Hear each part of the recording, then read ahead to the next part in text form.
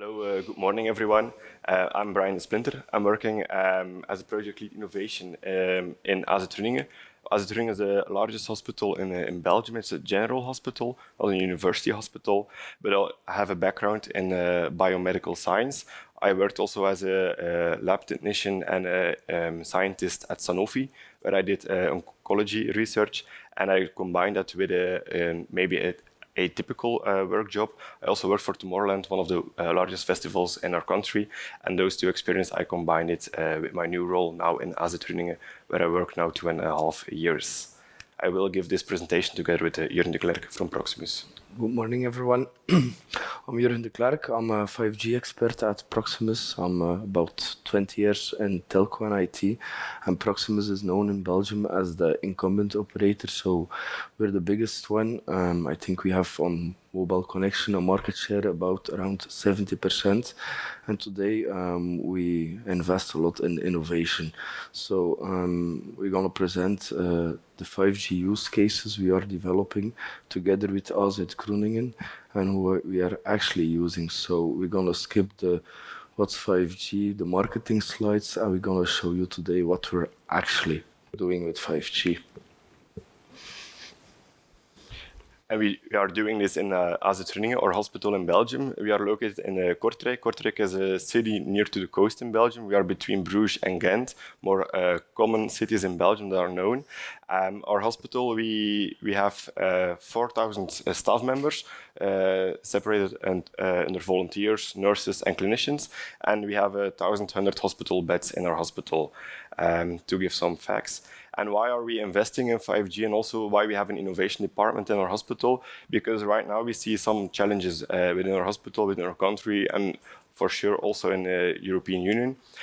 First of all, we have higher expectations. Our staff has higher expectations, but also our patients, they expect more from us. They want to read out their smartwatches. They want to be followed up with apps, for example. So we have to adapt our way of working in our hospital as well. Furthermore, we see a shortage of staff. And it's combined with the next challenge. We have also an aging population in Belgium, so we have more elderly people with less people to care for them. So that's a big problem that we want to tackle with innovation as well. I also mentioned it before, the upcoming part of telehealth, where we want to see our physicians remotely. We don't want to stay a long period in the hospital, and we want to go home as fast as we can as a patient. So we have to adapt to it as a hospital as well. Last of it, a lot of new regulations also about telecom. There's a new NIS regulation, but we have also the AI Act, the European Health Data Space Act. So we have a lot of new regulations that we have to adapt to it. And I also mentioned data. We have a lot of data within our hospital and within other hospitals as well. Today, Pipra is here also to present. We work together with them to build a new AI model and to implement their current AI model as well. And if you work with AI, you need a lot of data. And it came out of a recent study. During our life, we will gather 1 million gigabits of healthcare data. So it would be sad if we just store them in a library and don't do anything with it. So we want to use those 300 million books from each individual to train and make new AI models as well for the healthcare. And so last year, we asked ourselves the question, but also our new best friend from all of us, ChatGPT, what would the future look like in healthcare? And ChatGPT gave us 3 topics that we need to focus on: the digitalization and implement new technologies in our hospital. We have to work more on robotics and automation in healthcare. And last but not least, we also have to focus on mental well-being of our staff, and also the accessibility of care, that we don't forget that, because we can implement new apps and wearables, but we need all the layers of the population to access the healthcare. Also, if you look to the innovation hype cycle that was presented last year from Gartner, there we see some innovations that are also implemented in our hospital. For example, fitness trackers. If I look into the room, I guess more than half of the people already has a tracker. So we are living on the hype. So it's common now, and it's also implemented in our hospital, and we are reading those data and implementing the data in our hospital.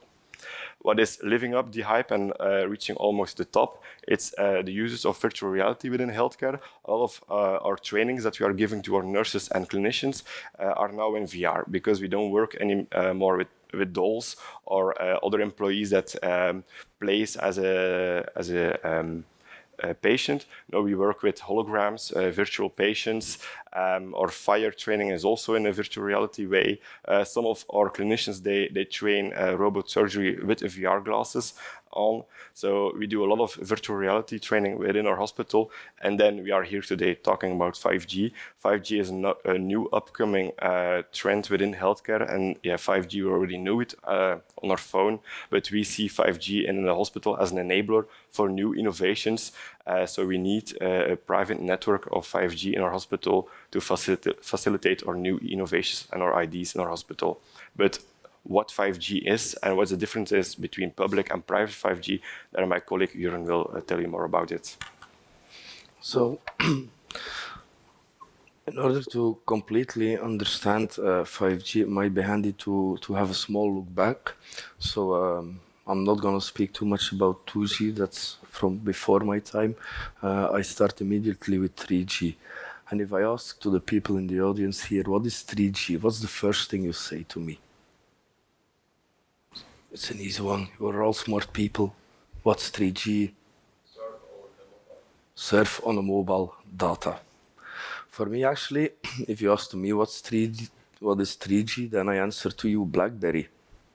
Because 3G is the technology that for the first time had a really impact on the way we were working. Yeah? Suddenly, we all had our emails everywhere we go. Yeah? So we start using it actually to adapt our way of working. And if I ask you the difference between 3G and 4G, the first thing you say then is speed. Yeah. And that's something that actually all my colleagues tell me. So all the IT and telco professionals within Proximus, they tell me, Jurgen, it's speed. And then my customers, or the people to I ask the same question, they give the same answer, speed.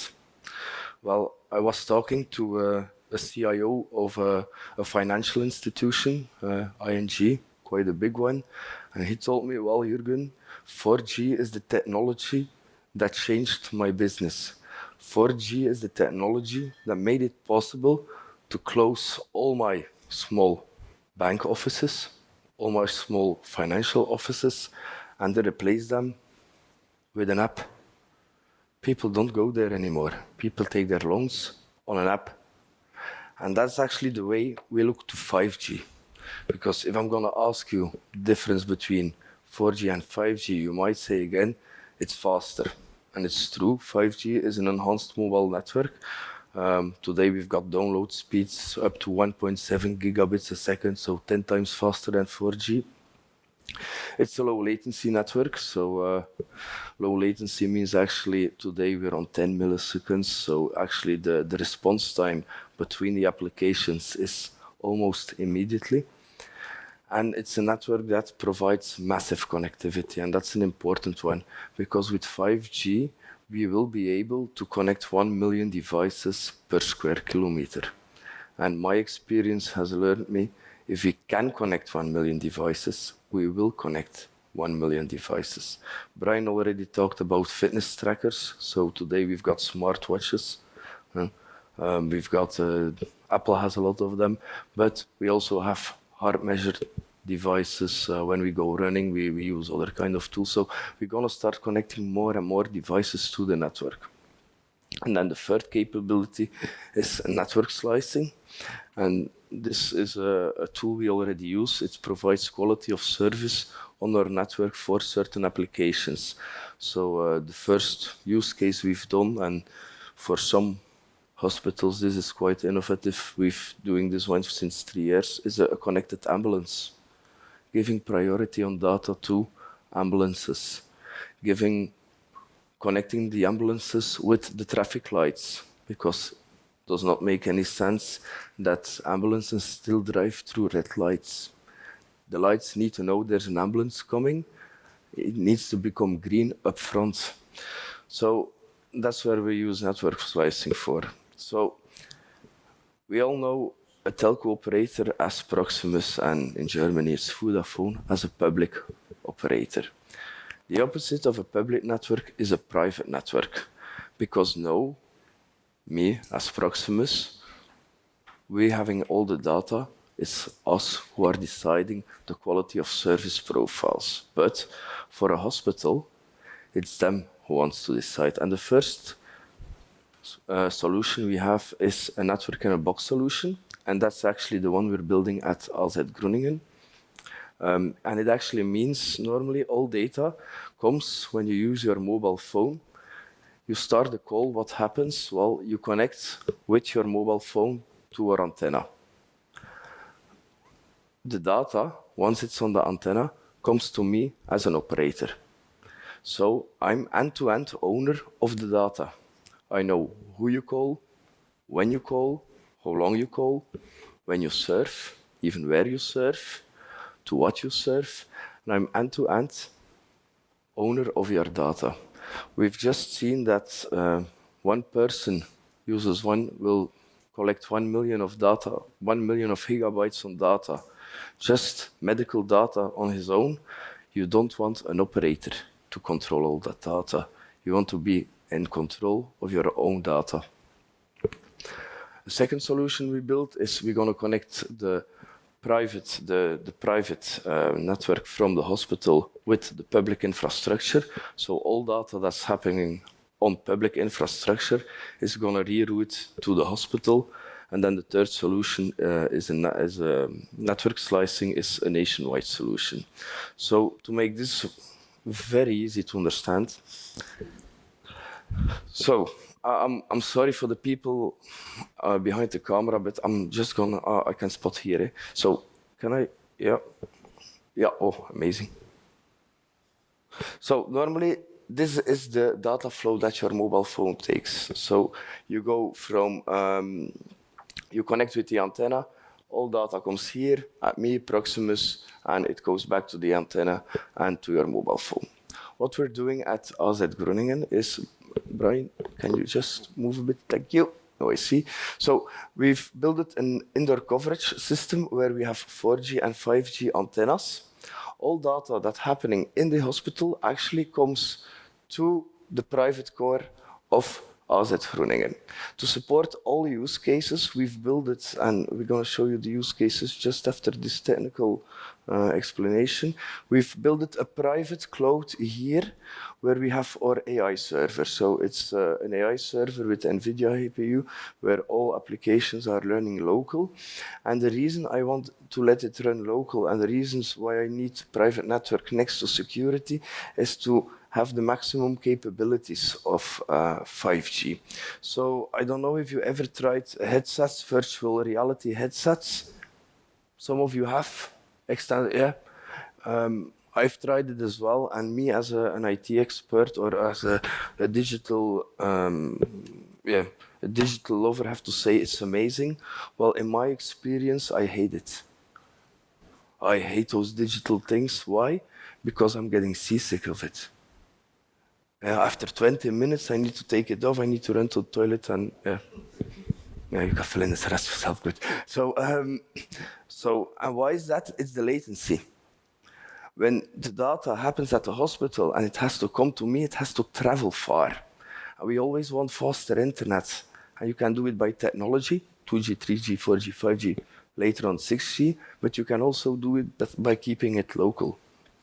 So, and then the next step we're going to do is on the parking of AZ Groeningen, there already is a Proximus antenna.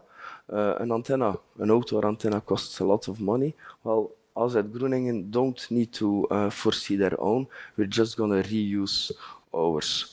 And we've built several use cases, several domains, and the first one is the connected care worker, or the connected worker in general. So where we see that use cases like push-to-talk, digital twin are coming up. Then infrastructure monitoring is something we see a lot as well. You see here sound monitoring. Well, to give you a concrete example of sound monitoring, there is a city in Belgium, Knokke, and it's Klerck is known for the fancy cars, the Ferraris, and in the weekends, the 18-year-old Dutch use the Ferrari of daddy and mommy to come to Knokke. And what do you do when you're 18-year-old and you have a Ferrari under your... You do, yeah, you see a nice blonde girl, you start making a lot of sound. Cool when you're 18, less cool when you're sleeping there on an apartment with little children.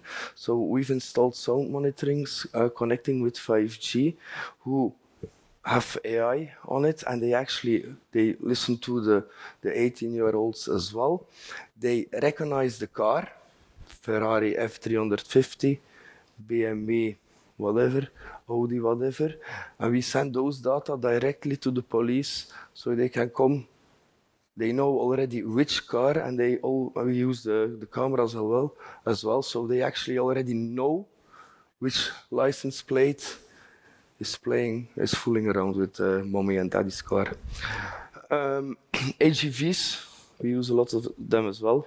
Industrial automation, doing some really cool use cases on those ones, and then video analytics. So today it's a health congress. So Brian is going to present you the use cases for health, and health is standing for high-speed enabled advanced life-saving 5G technological hospital. You might think we have a good marketing team, but it was ChatGPT who found it actually. And we are here now with two partners of the project. So it's a subsidy project of our government to show within our country, but also abroad. That's also why we are here, why we need to implement 5G within a hospital, private 5G. And we do that together with Media Venture, the University of Vives, Televic, and One Bonsai. One Bonsai is one of the VR partners in our project. So with our project, we are the two leaders, Proximus and us as a groeninge, and we work in close collaboration. It's co-creation with all of them. So no one works on their island. We always connect with each other. And it's a project of 2 years. So at the end of 2025, we want to end with the project, and we want to show all the other people the results of our use cases. So what we will do within our project, I will focus more in depth on each use case. So I showed you the slide when we asked to ChatGPT what is the future of healthcare. We choose some points for us, what we thought was interesting. Also, we asked to our clinicians or nurses what they want to do. We will focus on remote hospital, so remote robot surgery, but also remote patient monitoring. We will do clinical communication and data, where we do the wireless critical care communication and alarm system within our hospital, and also implementation of smart glasses in our hospital. And last but not least, everything about training and education, but I will come to that also in a minute. So first of all, remote monitoring and remote robot surgery. So first of all, what we will do, we will connect our robot. We have 3 Da Vincis in our hospital to the 5G network of Proximus, and we will separate patient and clinician from the room. So patient and clinician will be not any longer in the same room. They will be divided by each other. Why we are doing that? So it's a use case. We want to see if it's technical possible. During our project, we will not put any patient under the surgery. We will do it with a banana or a paprika. So we will do it with fruits or legumes. So not with real patients. But we want to see if it's possible within our country. We also want to stretch the legislation in our country, because patient and clinician always have to be in the same room for now. But yeah, we have some top clinicians in our hospitals. We have patients coming from India, Asia, Dubai to our hospital to get a surgery of some of our clinicians. Some of them, of our clinicians, they go to LA, to the States, so on, to give courses how to do robotic surgery. We want to cut that travel, because it's, very bad for the environment as well, but also for the patient. If a patient has to travel from Dubai to our hospital to get a surgery, it's not patient friendly. So we want to have the patient that it can stay in their own town, get the surgery over there, but it's done by our clinician in our hospital. You maybe think, okay, that's far from my town now, and it's far in the future when we will do it for real. But less is not known. 2 weeks ago, a clinician from Germany operated a patient in China. The whole surgery was broadcasted. Everyone thought it would be a dead piglet, but when they set up the streaming, it was a real life and still living patient. As a backup, they still had a clinician in China to take over the robot if something would happen, but nothing happened during the surgery, and the patient was operated by a clinician here in Germany. So that was 2 weeks ago. So it's still it's already possible, but we also want to test it out in our country to see what we have to do about the technical part. And then the second part, the remote monitoring of patients. Now, we are implementing the BioBeat. It's a biosensor on our patients. This sensor, it collects 13 vital parameters on a patient. We are already using it in-house or within our hospital. So a patient is connected to this only sensor. So the patient is not connected anymore with wires to the wall, to several devices to collect their parameters, but we only have this sensor. It's now done in our hospital, but we also want to do it with patients from their home. So we can send a patient 2-3 days earlier to their home. They can stay there in their trusted environment, and we will collect their data, and we will watch to them on a remote basis, and they are followed up by a dedicated team of our hospital. The next use cases about the communication and the data. So in our hospital, in our country, we have alarm buttons, also the communication button between patient and nurse is if a patient lies in his or her bed and they want to go to the toilet, they need food, they are thirsty, they always have to push one single red button to call a nurse, then the nurse has to come to their room. But that button is also wired to the room. We want to make that wireless. One of the advantages is that if a patient is still mobile and a patient walks around to the hospital, they can take the button with them. So they always can use the same button, but also we put a localization a tracker in the button, so we always know where the patient is and what department. Also, if a patient is moving around the hospital to getting a surgery, sometimes the people who are responsible for patient transportation in our hospital, they put a patient sadly down on the wrong department, and then we are losing, or we lost the patient. So then we have to search for that patient again, and to bring it to the right department. Now we always have an eye on the patient, or we will have an eye on the patient where they are within our hospital.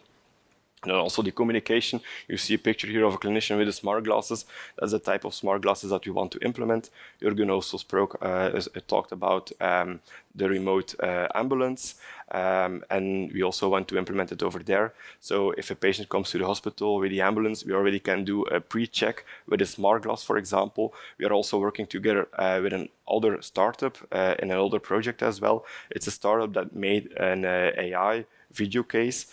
You can make a video of 10 seconds of the patient, and in those 10 seconds, just on the video of the face, you'll get 5 vital parameters of the patient, and you already know the status of the patient. We are also implementing that AI system in the smart glasses. For example, if you are on an emergency case, for example, a big car crash, you have 5 different patients laying down on the ground, just watching to each patient separately, 10 seconds for each patient, and then the system gives you a ranking. Okay, first you have to give attention to patient A, then you have to go to patient C, then B, and then the last one, based on the AI pattern that came up. So that's the implementation of smart glasses in our hospital. And last but not least, and everything about training and education, I already spoke about the uses of VR in our hospital. Jurgen also mentioned the problems with it, but also we are always limited to the storage of the glasses. The most common glass is the Quest from Meta. The biggest one is 250 gigabytes that can store on the device. So it's not, you can't store a lot of VR trainings on one glass. So we are now in a situation that we only can store 1 or 2 trainings on one VR glass. So we have to buy several different glasses to give several different trainings. But that's not nice way to work. And also for us, it's not economically because we always have to buy more and more glasses. We also need to store them. And a lot of people always forget to charge them if they need them. And we want to go to a Netflix system, to call it. They can do trainings on demand in one virtual platform. They can choose, okay, I want to do now this training or that training.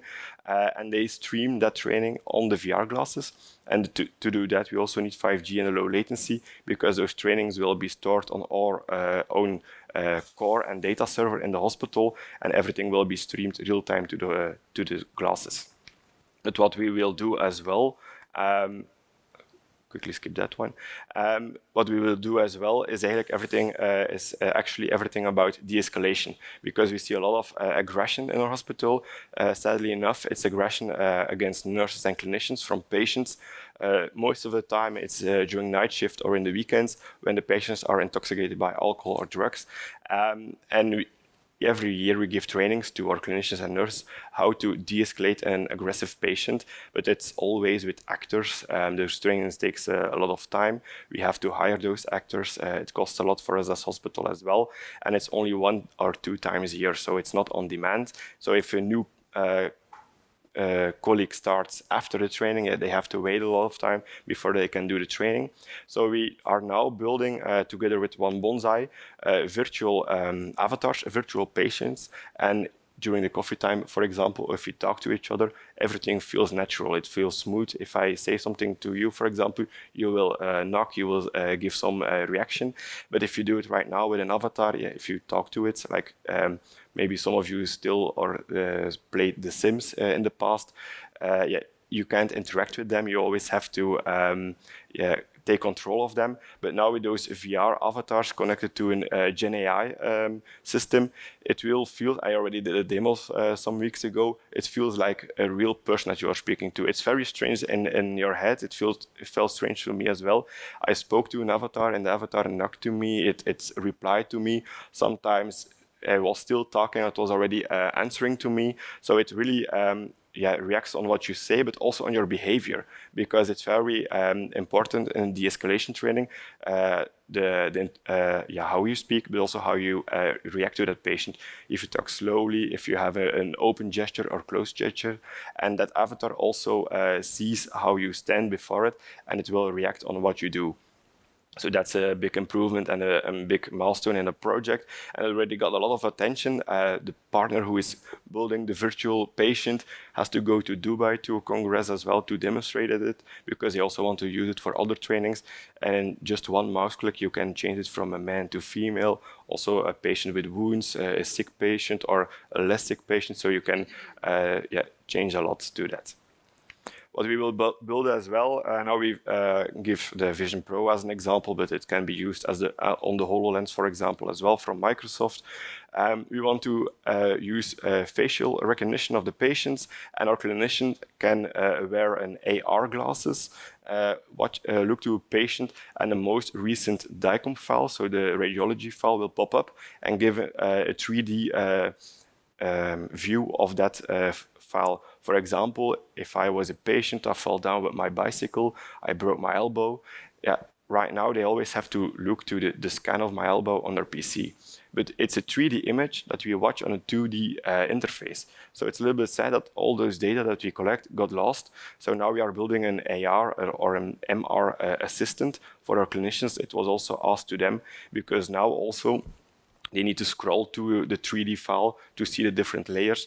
But now with the MR, so the mixed reality assistant for our clinicians, they see the file in 3D. They can zoom in, zoom out, they can dive deep in, they can select different layers to see what is important for them to see. But also we can layer it on top of the elbow of the patient, for example, for me. Then he can also layer the scan of my elbow on my real elbow to see everything in context.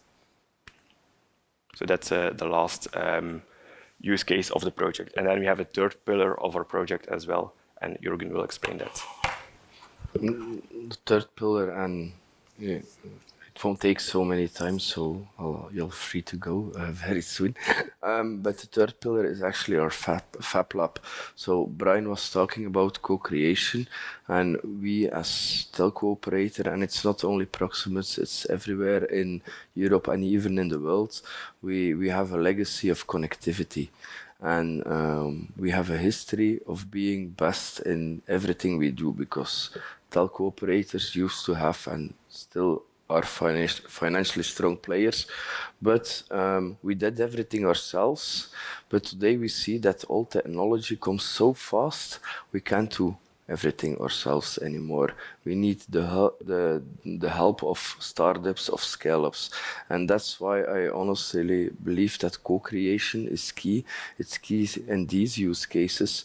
But in my experience, you have to test these use cases. So we as Proximus build different labos in different industries, and we see that one use case in one environment might not work in another environment. So therefore, we built together with AZ Groeningen a Fab Lab where partners, other hospitals, but also suppliers of AZ Groeningen or other suppliers, they can come and test their use cases with our knowledge about the technology, so we can build new use cases together. And that's it. Thank you.